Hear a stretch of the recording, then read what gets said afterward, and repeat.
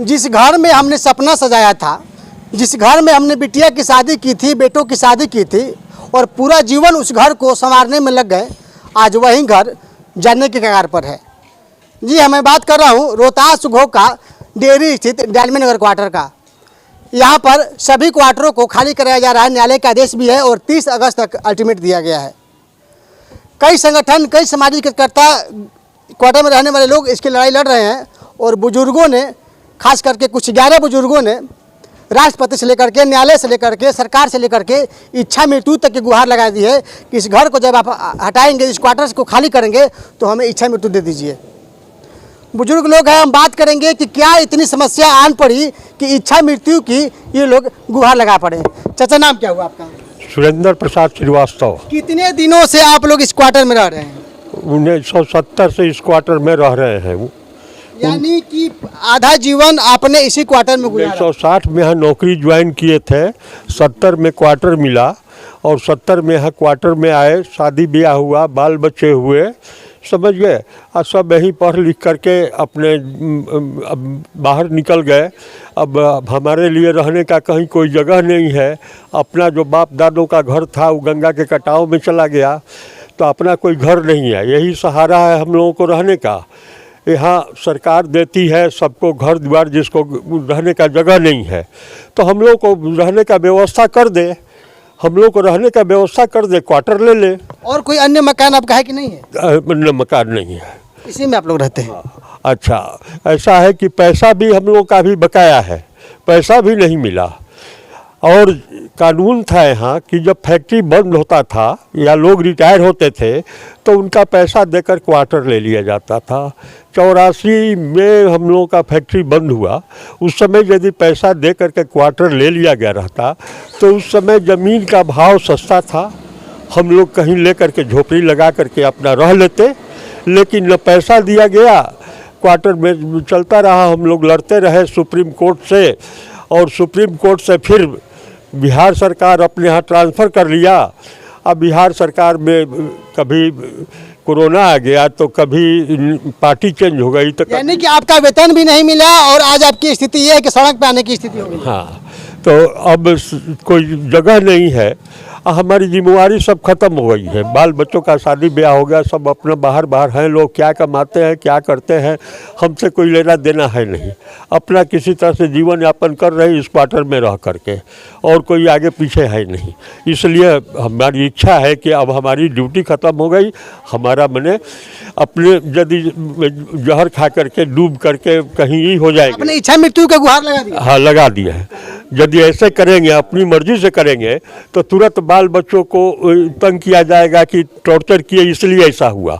लेकिन बाल बच्चों से कोई मतलब नहीं है, समझ गए। हम सरकार से परमिशन के लिए लिख दिए हैं, दरखास्त कर दिए हैं कि हमको परमिशन दिया जाए इच्छा मृत्यु के लिए, ताकि बाल बच्चों पर भी कोई न हो और हम भी अपना ड्यूटी से सब संपूर्ण हो गए। 85 वर्ष उम्र हो रहा है हमारा, इसलिए हम चाहते हैं कि हमारा अब आदेश। क्या नाम हुआ आपका? सुरेंद्र प्रसाद श्रीवास्तव। सुरेंद्र प्रसाद श्रीवास्तव, जिन्होंने पूरा जीवन इस क्वार्टर में गुजारा, बेटे बेटियों की शादी की। इन्होंने कहा कि जिस फैक्ट्री में हम काम करते थे डालमी नगर में, उन पैसा भी बकाया है और आज स्थिति ये हो गई है कि न पैसा मिला और क्वार्टर भी जाने के कगार पे है। अगर समय रहता जब फैक्ट्रियाँ बंद होती उसमें पैसा मिलता तो हमारा गुजर बसर होता, कहीं मकान भी लेते, परंतु आज स्थिति ये है कि न हम आगे के हैं न पीछे के हैं। इस उम्र में हम जाएं तो कहाँ जाए, इसीलिए इन्होंने इच्छा मृत्यु की गुहार लगा दी है। कारण साफ है, जब घोंसला उजाड़ेंगे आप तो लोग कहाँ जाएंगे, वो भी 60-70 की उम्र के पड़ाव में, जहाँ अपने भी बेगाने होते हैं, तो ये लोग कहाँ जाएंगे। इच्छा मृत्यु की गुहार लगाती है। एक और बुजुर्ग हैं, चाचा आपका क्या नाम है? पारसनाथ दुबे। आपने इच्छा मृत्यु की गुहार लगा दिया है क्वार्टर खाली करने के आरोप में? हाँ, लगाए हैं, इसलिए कि आज हम लोग करीब 50 सालों से इस डालमिया नगर ये आवासीय कॉलोनी में रह रहे हैं और अभी उच्च न्यायालय का जो आदेश आया है यहाँ क्वार्टर खाली करने के लिए, जो यहाँ के लोगों को रहने वालों के बिल्कुल ही खिलाफ है। हमारा आशियाना यही है, हम 50 सालों से यहाँ रह रहे हैं, अपने बाल बच्चों को लेकर हम कहाँ जाएंगे। सरकार इसके लिए वैकल्पिक व्यवस्था क्यों नहीं की। एक तरफ दीनदयाल उपाध्याय आवासीय के अंतर्गत गरीबों को घर मुहैया करा रही है, गरीबों को ज़मीन दे रही है, तो एक तरफ आप शहरों जा रहे हैं। 1933 में रामकृष्ण डालमिया ने इस शहर का स्थापना किया था। तो हम लोग पढ़ते थे, जब हम लोग स्कूल में पढ़ते थे तो हम लोग ज्योग्राफी में भूगोल में आता था कि टाटा बिरला और डालमिया यहाँ सीमेंट एस्बेस्टस वनस्पति बनता था। 219 एकड़ में इस कारखाने का पूरा कैंपस है। और ऐसी स्थिति में तत्कालीन रेल मंत्री लालू प्रसाद यादव ने 2004 में इस कारखानों को उन्होंने क्रय किया 1 अरब 40 करोड़ में। दुर्भाग्य रहा हम लोगों का, जो कैपिटल बनाने के लिए रेलवे का, चूँकि दुर्भाग्य इसलिए रहा कि वो दोबारा सरकार उनका बना नहीं, वो रेलवे अधर में रह गया, उसी अधर में अभी तक रह गया। अब कभी चिमनियों से यहाँ धुआं उगलता था, आज ये डालमिया का जो इतिहास है या सिर्फ इतिहास के पन्नों में सिमट कर रह गया है। पहले तो एक साजिश के तहत डालमिया नगर फैक्ट्री को बंद कराया गया, यहाँ के कुछ क्वार्टरों को नीलामी की गई। अब जो क्वार्टर में आप लोग रह रहे हैं उसकी भी खाली कराने की मांग हो रही है, कोर्ट का आदेश है। तो कहीं ना कहीं इतिहास के पन्नों से डालमिया नगर को ख़त्म किया जा रहा है। हम लोग चाहते थे कि हम लोग रह रहे हैं, आखिर आपको आवास बेचना ही है, बेचना है तो जो इस क्वार्टर में लोग रह रहा है कर्मचारी, जो 50 साल से इस आश्रय में लगा हुआ है कि हम रह रहे हैं, तो आज मेरा आवास है, हमारा परमानेंट हो जाएगा, आप हम ही को दीजिए, हम लेने के लिए तैयार है। इसका पूरा ज़मीन यहीं डालमिया नगर यहाँ हाई स्कूल से पश्चिम साइड में 25-23 एकड़ ज़मीन है। यहाँ बहुत से इसका ज़मीन है, तो जो परती है, जो परती पड़ा हुआ है, जो बेचना ही है, हजारों एकड़ जमीन बेचिए। तो हमारे कहने का मतलब है कि हम तो तैयार हैं इसको लेने के लिए, आप बेचिए। तो हम लोगों के बिल्कुल उपेक्षा किया गया और इसको यहाँ इसको बेचने के लिए न्यायालय ने हम लोग का जो केस चल रहा था उसको भी डिसमिस कर दिया, खारिज कर दिया। यह अच्छा बात नहीं है, हम लोग दिया जाए, हम लोग तैयार आज भी हैं। ये सब देखते हुए अब हम लोग ये सोच रहे हैं कि अब हम लोग कहाँ जाएंगे। तो हम लोगों ने इससे अच्छा है कि जब रहने का ही ठिकाना नहीं है, हमारे बाल बच्चे पढ़ रहे हैं, बच्चों की पढ़ाई की चिंता, लड़कियों की शादी की चिंता, ये सबसे बड़ी समस्या है। यह एक अलग चिंता बना हुआ है। और दूसरी चिंता होगी आवास खाली करने के लिए। तो हम लोग कहाँ जाए। हम लोग ने राष्ट्रपति, प्रधानमंत्री, सर्वोच्च न्यायालय के चीफ जस्टिस, राज्यपाल, बिहार के मुख्यमंत्री, डीआईजी, एसपी, डीएम रोहतास, सब लोग हम लोग गुहार लगाया है।